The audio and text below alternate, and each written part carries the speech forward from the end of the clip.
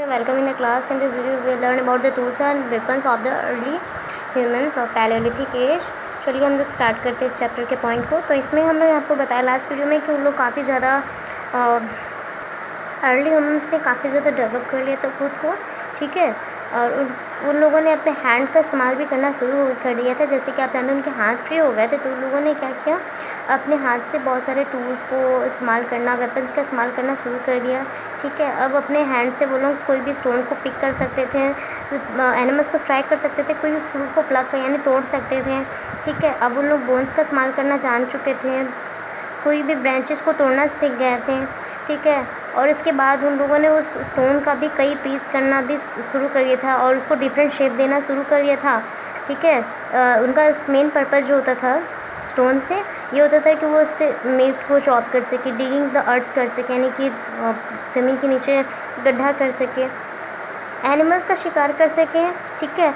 तो इन सभी काम के लिए उन लोगों ने टूल्स बनाना शुरू कर दिया था, ठीक है। बाद में इसको जैसे जैसे उसका डेवलप होते चला गया, उन लोगों ने उस टूल्स का यानी उस पत्थर को अलग अलग शेप देना शुरू कर दिया एक बेटर मैनर में।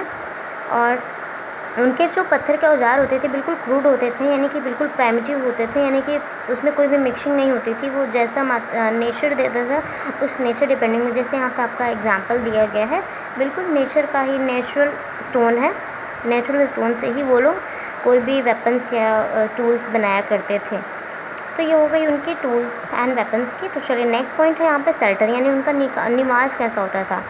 नेक्स्ट वीडियो में लास्ट वीडियो में हमने आपको बताया था कि उस समय का जो क्लाइमेट था बिल्कुल भी उतना अच्छा नहीं था कि वो लोग ओपन स्काई के नीचे रह सके। तो उसको शेल्टर के लिए आवश्यकता होती थी अर्ली ह्यूमंस को, ठीक है। तो अर्ली ह्यूमंस को शेल्टर के लिए सबसे अच्छी जगह कहाँ मिल सकती थी? ट्री के नीचे तो नहीं रख सकते, क्योंकि उस समय अच्छे बड़े बड़े एनिमल्स होते थे, वाइल्ड एनिमल्स होते थे। खुद को प्रोटेक्शन के लिए उन्हें कहाँ अच्छी जगह मिल सकती थी? हमने रॉक्स के बारे में बताया, तो यस उनको अच्छी जगह मिलती थी केव में, यानी कि गुफा में। वो लोग गुफा में रहा करते थे, क्योंकि जब वो दिन भर यहाँ एक स्थान से दूसरे स्थान पर जाते थे भोजन की तलाश में, तो उनको क्या होता था, जब रात हो जाती थी तो उन्हें ठंड लगती थी या बारिश हो जाती थी या फिर कुछ भी, या वाइल्ड एनिमल से प्रोटेक्शन चाहिए होता था, तो वो थकने के बाद उन्हें शेल्टर की आवश्यकता हुई। तो उन लोग खुद के शेल्टर के लिए, प्रोटेक्शन के लिए वो लोग केव का इस्तेमाल करना शुरू कर दिए for as a shelter, okay. तो यहाँ पे हो गई उनकी शेल्टर भी, यानी केव उनका शेल्टर भी बन गया। तो चलिए हम लोग नेक्स्ट बात कर लेते हैं उनकी क्लॉथिंग की।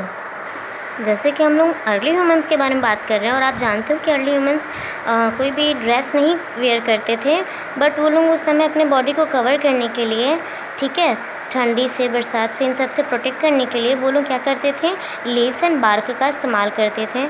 जैसे जैसे बाद में उन लोग काफ़ी ज़्यादा दिमाग उनको जब ज़्यादा अच्छा डेवलप किया, उसके बाद उन लोगों ने एनिमल्स हाइड का भी इस्तेमाल करना शुरू कर दिया, यानी कि जानवरों की खाल का भी इस्तेमाल शुरू कर दिया। वो लोग उसको इस्तेमाल कैसे करते थे, पहले वो लोग उसको क्या करते थे, वॉश करके उसको सुखा लिया करते थे, बाद में उसका इस्तेमाल करते थे और उसी से अपनी बॉडी को कवर करते थे। जैसे जैसे टाइम बढ़ते चला गया उन लोग अच्छे से क्लॉथ्स का यूटिलिटी भी और उसका इस्तेमाल करना भी सीख गए, ठीक है। तो ये हो गई उनके ड्रेसिंग की बात। अब हम चलते हैं आर्ट के बारे में। जैसे कि आपको पता है अर्ली ह्यूमन जो थे काफ़ी ज़्यादा मतलब ईगर होते थे किसी चीज़ के लिए, ठीक है। तो उनके अंदर सबसे बहुत सारी क्वालिटीज़ होती थी। जैसे उनमें से एक है आर्टिस्ट्री उनके अंदर हुआ करता था। चूँकि हम लोग बताया कि वो लोग केव में रहा करते थे, जब वो दिन में हंटिंग के बाद जब फ्री होकर के अपने केव में आते थे, वहाँ पे उन लोग क्या करना शुरू कर दिया, फ्री होने के बाद उन लोग उस केव में पेंटिंग करना शुरू कर दिया, उस पे रॉक्स पे अपने आर्टिस्टिक स्किल के द्वारा।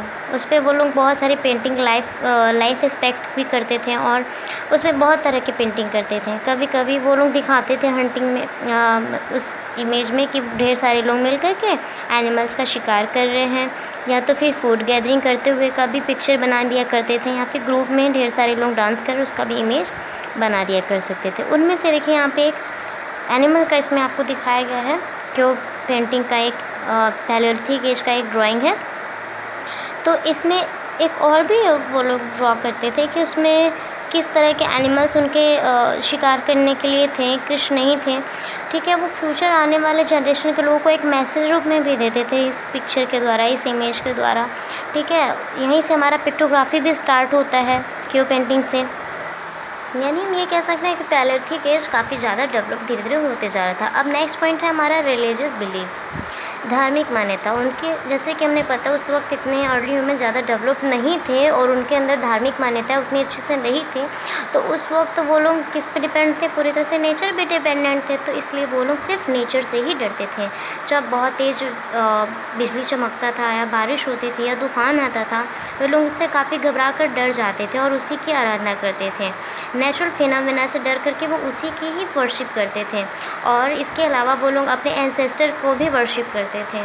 उनकी मान्यताओं में वो लोग ये भी पता चलता है कि वो लोग अपने डेड पर्सन को बरीड भी करते थे, यानी कि ज़मीन के नीचे दफन भी करते थे। ठीक है, दफन करते समय वो लोग ये समझते थे कि जो भी पर्सन है जो डेड हो गया, यानी कि जो मर जाता था, उसके साथ उस पर्सन को जो भी पसंद होता था, कोई भी चीज़, वो उसके साथ एक पॉटरी में करके दफन कर दिया करते थे। तो ये हो गई उनकी धार्मिक मान्यताएं। तो चलिए हम नेक्स्ट पॉइंट जान लेते हैं, आपका डिस्कवरी ऑफ फायर। अब उन लोगों ने, पैलियोलिथिक एज के लोगों ने डिस्कवरी ऑफ फायर कैसे किया, तो ये भी एक घटना है। ये अचानक से की हुई सोची समझी कोई भी घटना नहीं थी, ये एक सडनली एक्सीडेंट ही था जो एक उन्होंने डिस्कवरी ऑफ फायर कर लिया।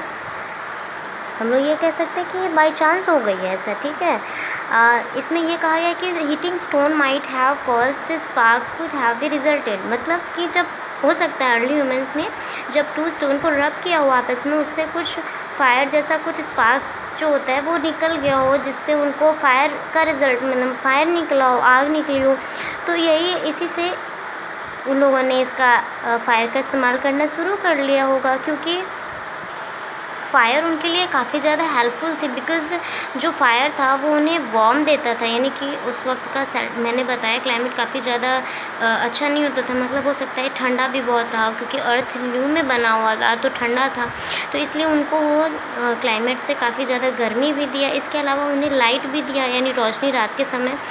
ठीक है, और इसके अलावा आग से, जैसे कि आप जानते हो कि जंगली जानवर डरते हैं, तो फायर जो था उनको वाइल्ड एनिमल से प्रोटेक्शन भी दिया। तो इस तरह से ये चीज़ें उनके लिए सिर्फ थोड़ी बहुत नहीं, बहुत ज़्यादा हेल्पफुल भी हुई, और यहीं से उन लोगों ने बहुत बड़ा डिस्कवरी किया।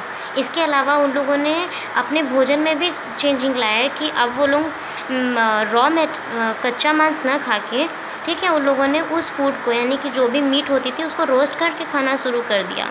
ठीक है, और जो कि उनको खाने में काफ़ी ज़्यादा सॉफ्टर और टेस्टियर और हेल्दियर भी लगी।